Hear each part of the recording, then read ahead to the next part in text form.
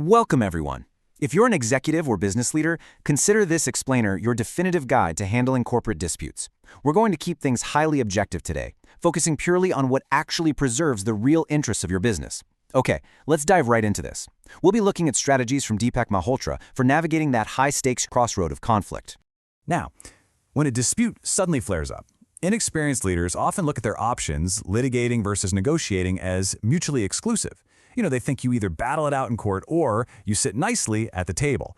But the reality, the best businesses, the ones that actually protect their bottom line, they pursue both of these paths simultaneously.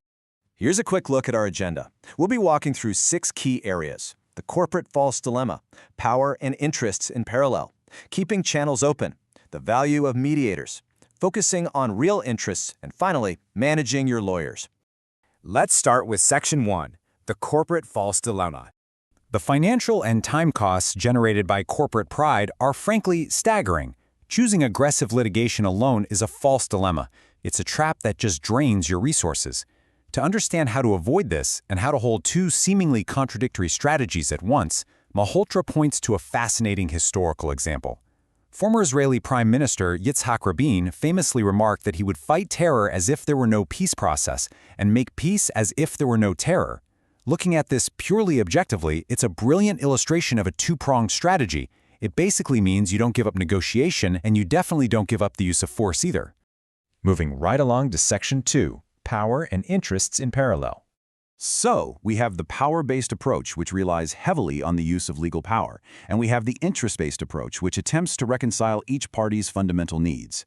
The absolutely crucial point here is that effective dispute resolution requires applying both of these approaches at the exact same time. It's not one or the other. You don't have to drop your lawsuit to talk, and you don't have to stop talking just because you filed a lawsuit. Section 3, keep channels open. This brings us to our first tactical strategy. Strategy number 1 is simply this: keep communication lines open to find alternative ways to resolve the dispute. Just because legal action was pursued, maybe even a bit prematurely, doesn't mean it has to go all the way to a bitter, massively expensive end. Now you might be wondering, why should we keep communicating if we're already suing them? Well, pre-existing relationships matter. Maybe they were former business partners. Plus, as legal bills start piling up over time, disputants' positions naturally start to soften. People get tired. New openings for agreements suddenly emerge. Talking also helps clear up any initial miscommunication. The bottom line here is that as the financial pain of litigation rises, egos deflate. That makes it essential to leave the door open for negotiation. Let's look at Section 4, the value of mediators, which is our second strategy. Strategy 2 is to ask other parties to mediate when direct communication is strained or difficult. Basically, this means bringing in a mutually trusted third party to act as both a buffer and a bridge between you and the other side. A mediator steps in and performs several highly pragmatic roles. They facilitate the exchange of information, they vouch for good faith efforts so neither side feels like they're being played, and they propose resolutions. But most importantly, they provide a desperately needed reality check on the actual costs and repercussions of litigation. Think of them as an objective voice in an emotional storm.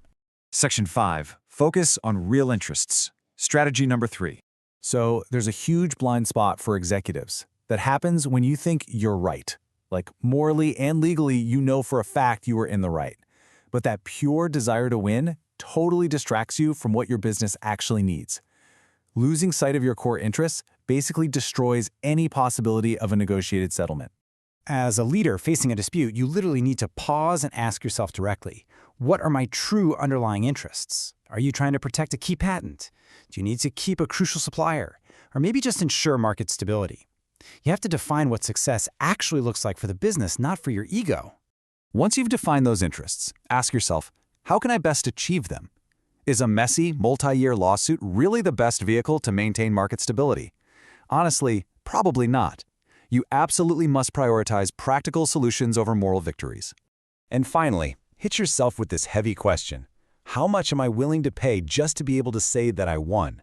Remember, corporate pride does not pay the bills, and a Pyrrhic victory in court, well, that's still a loss on the balance sheet. Section 6, manage your lawyers. This is our fourth and final strategy. Strategy 4 is pretty explicit.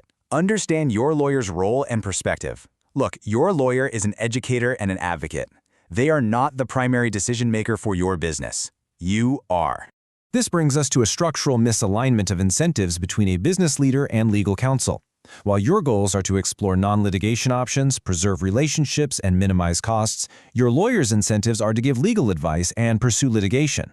Ultimately, they make their living through legal action. That's not a knock on lawyers, it's just a structural fact of the industry.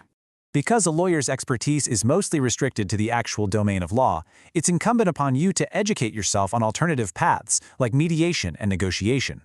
Get second opinions from legal experts who have absolutely zero financial stake in your specific case. You have to broaden your perspective beyond the courtroom. To summarize the core philosophy of this entire playbook, Malhotra writes, the decision to litigate should not be taken lightly, and the power of negotiation should not be underestimated. You should pursue litigation only as a last resort, staying focused on the pursuit of negotiation, underlying interests, and the goal of preserving and strengthening relationships. That brings us to the end of our explainer. I'm going to leave you with this final, provocative thought to ponder the next time conflict arises. What is the real price of your next corporate victory? Before you commit entirely to the battlefield, really ask yourself if winning in court might ultimately mean losing the business.